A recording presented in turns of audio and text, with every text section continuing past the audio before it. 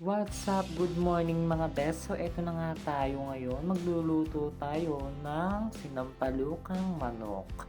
At ito na nga best, naggisa na nga tayo ng bawang at sibuyas at luya. So eto na mga best at medyo kalakasan talaga yung apoy ko sa part na yan. Medyo igisa natin siya ng mabuti at isang kutsara natin siya ng maayos. Para maluto natin ng mabuti ang bawang sibuyas at luya. Hinalo-halo ko din sa part na yan. Medyo napagkalakas talaga ng apoy natin dyan mga bes. Huy! Ayan na mga bes at medyo ilalagay ko na rin po ang usbong ng sampalok. Medyo sinakotsa muna natin yan at hinalo-halo lang muna natin sa part na yan para medyo maluto din at magisa natin ng mabuti yung dahon ng sampalok. Mismong dahon ng sampalok yun talaga yung parang usbo. Kung nagkamali lang tayo sa prote. At nalagyan natin ng konting patis na pampalasa ng bayan. Uy! Sana all pampalasa. At ito na nga mga bes at hinalo-halo ko din sa part na yan. So, oo nga pala mga bes. At ito nga siya nga si mother nga nagluto nung umpisa niya. Pero siya din ang lagay sa kuntsa niya. Kasi sabi ko kay mother, ako magkukuha niyan para makita mo kung paano natin i-video at magawa natin ng maayos ang ating content creator. Wow!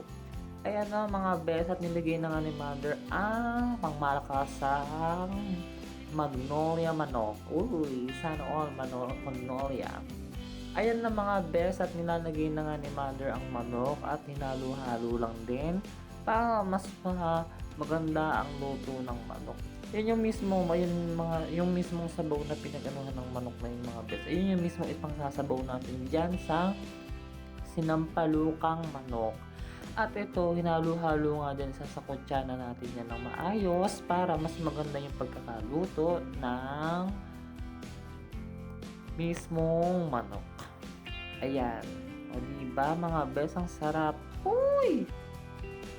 Pagkalagay nga dyan ni mother ng mismong sabaw ng pinaglagaang manok, hinalo-halo lang din natin yan mga bes. Para mas maganda yung pagkakaluto at perfect ang lasa. At ito, napakalakas ng apoy mga bes. Ayan na, eto na. Tinignan ko ang paligid dito sa mismong likod ng bahay namin. Katanghali at tapat ang ganda ng sunset. O diba? At ilagay na nga natin ang dyan mo lang malalasap ang tunay na sarap.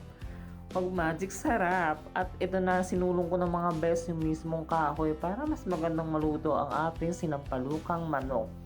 Pisyo, ito na medyo nakadilaw tayo yan at iniisip ko nga kung paano gagawin ko dyan. So ito hinalo-halo ko na lang din siya at sinulong ko apoy kasi hanggang dito na lang. Thank you for watching. Bye!